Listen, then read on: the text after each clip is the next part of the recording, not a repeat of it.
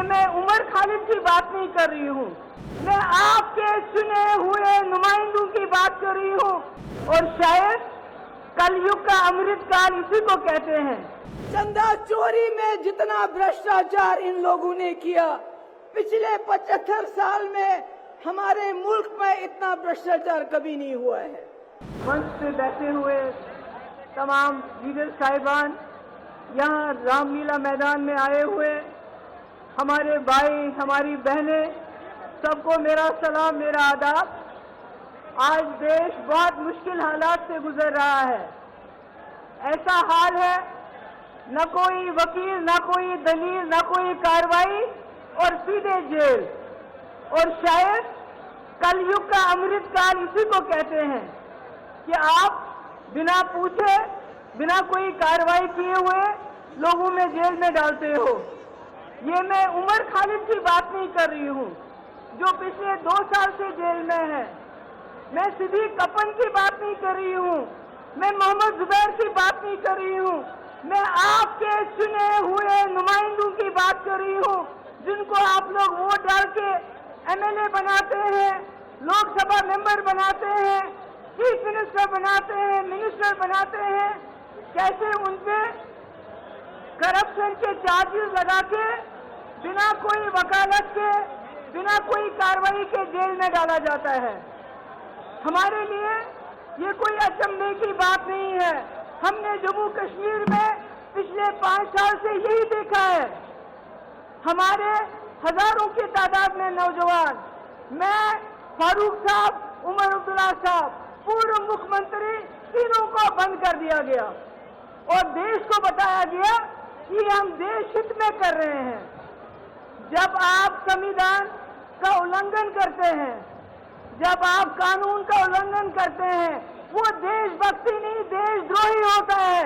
जो संविधान का उल्लंघन करेगा वो देशद्रोही है।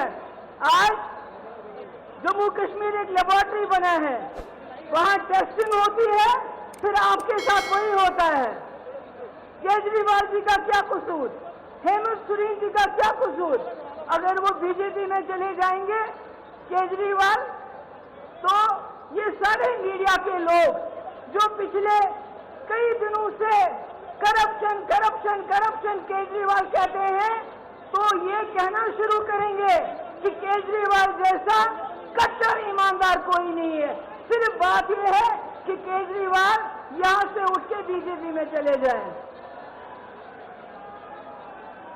केजरीवाल का क्या कसूर? उन्होंने गरीबों के बच्चों के लिए स्कूल अच्छे अच्छे बनाए, जहां से डॉक्टर, इंजीनियर, लॉयर, टीचर निकलेंगे। उन्होंने लोगों को मुफ्त बिजली दी, मुफ्त पानी दिया, अस्पताल बनाए, बसेस की मुफ्त। मगर इनको तकलीफ है, इनको इस परिवार से तकलीफ है। ये जो परिवार आप देख रहे हैं, इनको परिवारवाद से तकलीफ नहीं है। अगर परिवारवाद से तकलीफ होती तो ज्योतिरादित्य सिंधिया को नहीं लेते। अगर परिवारवाद से तकलीफ होती तो जतिन प्रसादा को नहीं लेते, मिलिंद देवड़ा को नहीं लेते, राजनाथ सिंह का बेटा पॉलिटिक्स में नहीं होता। इनको तकलीफ है अगर आज भी आदित्य ठाकरे जी बीजेपी में चले जाते हैं तो फिर परिवारवाद नहीं है। इनको एक परिवार से सबसे ज्यादा तकलीफ है, और वो परिवार जिसने इस देश के लिए जेल में भी कुर्बानियां दी, इस देश को बनाया। गांधी नेहरू उस परिवार की बात करते हैं। अरे मैं कहती हूँ ऐसे और परिवार पैदा हुए होने चाहिए थे। आज देश जो हमारा चांद्रयान पे पहुंचा, चांद पे पहुंचा, शायद कहीं और पहुंच गया होता। इनका क्या काम है? इनका काम है हम सवाल पूछते हैं।